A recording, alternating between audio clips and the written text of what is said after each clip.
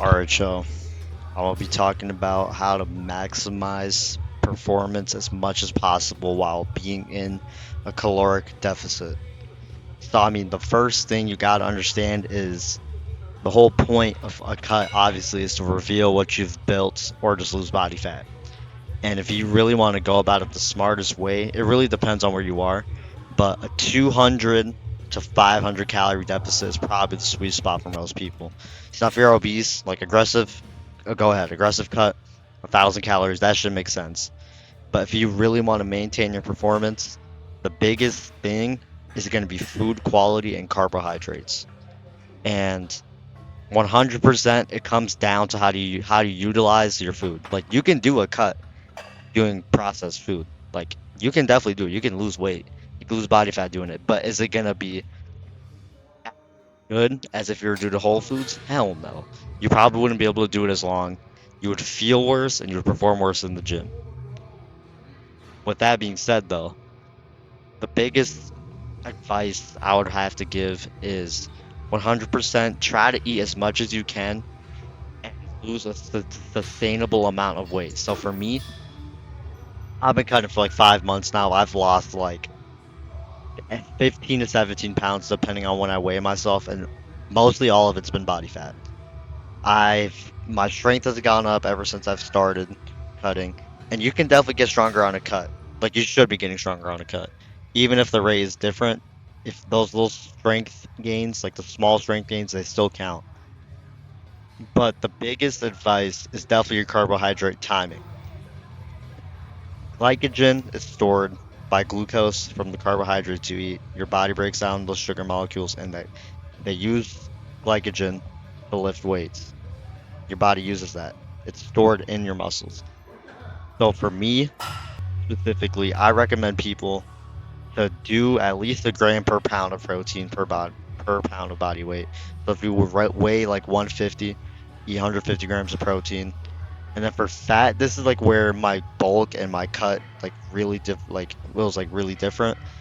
Fat you do like zero point 0.3 to zero point 0.5 grams per pound. So if you weigh, for me example, I'm weighing like 125. I do like around 60 grams of fat. I probably get a little bit more than that, but that's just keep your hormones stable. You do not want to go lower than that. If you go low on fat, your hormones will suffer like 100%. Testosterone will drop.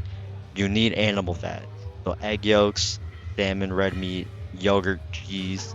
If you're cutting though, like it does make sense of going for a leaner cuts because you're trying to reduce your calories and fill the rest of your calories with carbs. Don't focus on protein. Protein is important, but it's not the biggest. It's not. I think, in my personal opinion, I think carbs are more important. Bulk or cut. You don't need above a gram per pound of body weight. It's not really going to benefit you unless you're like extremely like going aggressive dieting and you would need to stay fuller for longer. Then yeah, have more protein. It's gonna keep you more satiated. Fiber as well, y'all. Fiber is probably one of the best things you can have on a cut. So I'm talking about like sweet potatoes. Going from rice to sweet potatoes is a game changer, especially on a cut. 100%. I recommend everyone to do it. Berries, fruit, vegetables, whole foods from nature is where it's at. Even if you're cutting. Thing is, you can eat the healthiest diet, and I'm not gonna even lie. Like you get all of your micronutrients, but if you're still in a deficit, you will still suffer the cons of a cut, like lower libido, lower mood, irritability, tiredness, no drive in the gym. Like you still will deal with those. That's because your body's still using energy. You're feeding your body less energy than it's using, basically. So you still feel those side effects. But if you do it with whole foods, you can 100% reduce the severity of the side effects. Because if you do it with processed food, man, I don't know how the fuck people do that shit. That shit is insane. I wouldn't, like, your performance would hinder, I would feel like shit.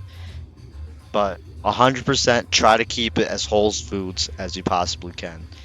If there was like six foods I had to choose and you had to eat it every day, like no matter what, these six is like what I would come down to. I would start off with sweet potatoes. You need a carb source that refills glycogen. Sweet potatoes has vitamin A, copper, has potassium, it has really good amounts of magnesium in it. Really good carb source, especially post workout. You want to have those carbs that refill your muscles in the form of glucose. Number two, 100% go with beef. Any red meat, venison. Beef is just has iron, B12, all damn near a lot of your B vitamins. Additional bonus is if you can do organ meat, beef liver, beef heart. If you could get blends of that, or even eat that just sometimes, like one to two times a week, you will fill a lot of your gaps if you have nutrient deficiencies. And then we have eggs. Yeah, y'all know eggs is a staple in the bodybuilding community. Choline, zinc, B vitamins, phosphorus, selenium, fucking everything in eggs. So we've got beef, eggs, sweet potatoes.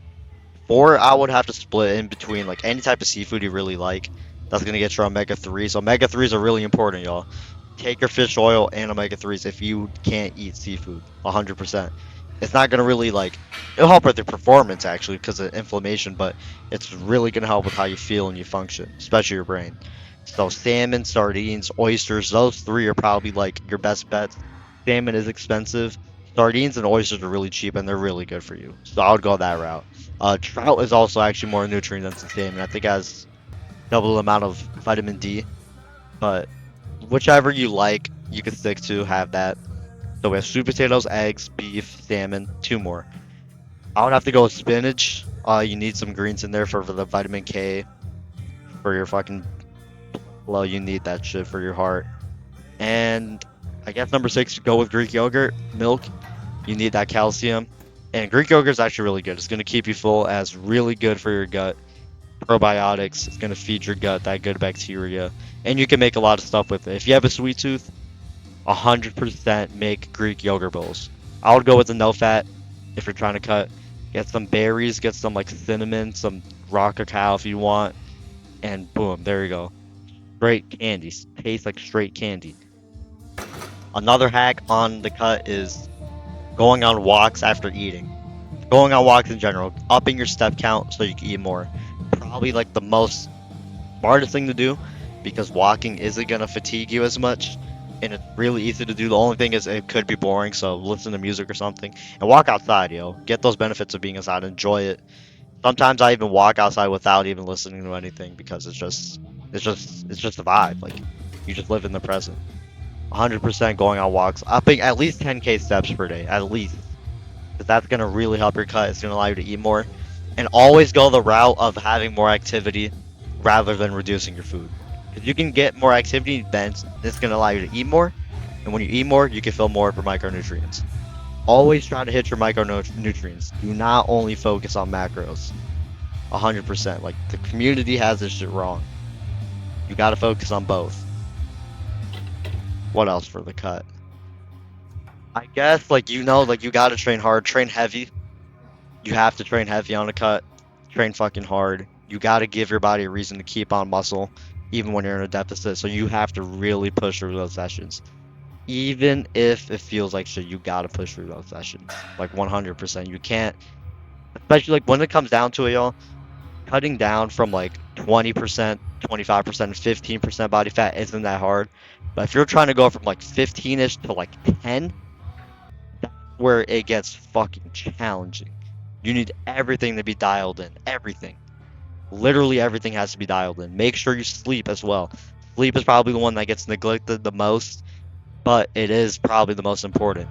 That's where you recover. Your bones do what they got to do. Your muscles recover. You get that growth hormone spike. Your brain recovers. Also, I would say there's another one. So we got sleep, nutrition, training. Number 4 is learn how to fucking manage your stress, bro. People don't talk about this shit. Manage your stress, bro. Do not stress about things you can't control. Stress about the things that you need to stress about, and do shit about the things you're stressing about. Don't fucking just sit there and stress about it. Go actually do something about it. Walking is good. Meditation's good. Hot showers, hobbies, being with your friends is another one.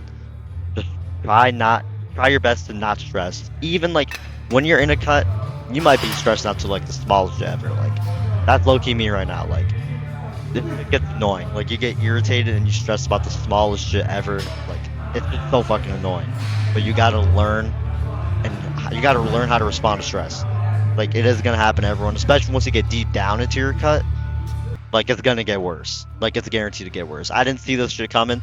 I didn't know what people meant when I was bulking. Like I thought this cutting show was gonna be easy. It is rough. It is rough, y'all. But literally, it is a mental thing. If y'all learned anything from this, please let me know by liking and subbing. I'm gonna see y'all in the next one.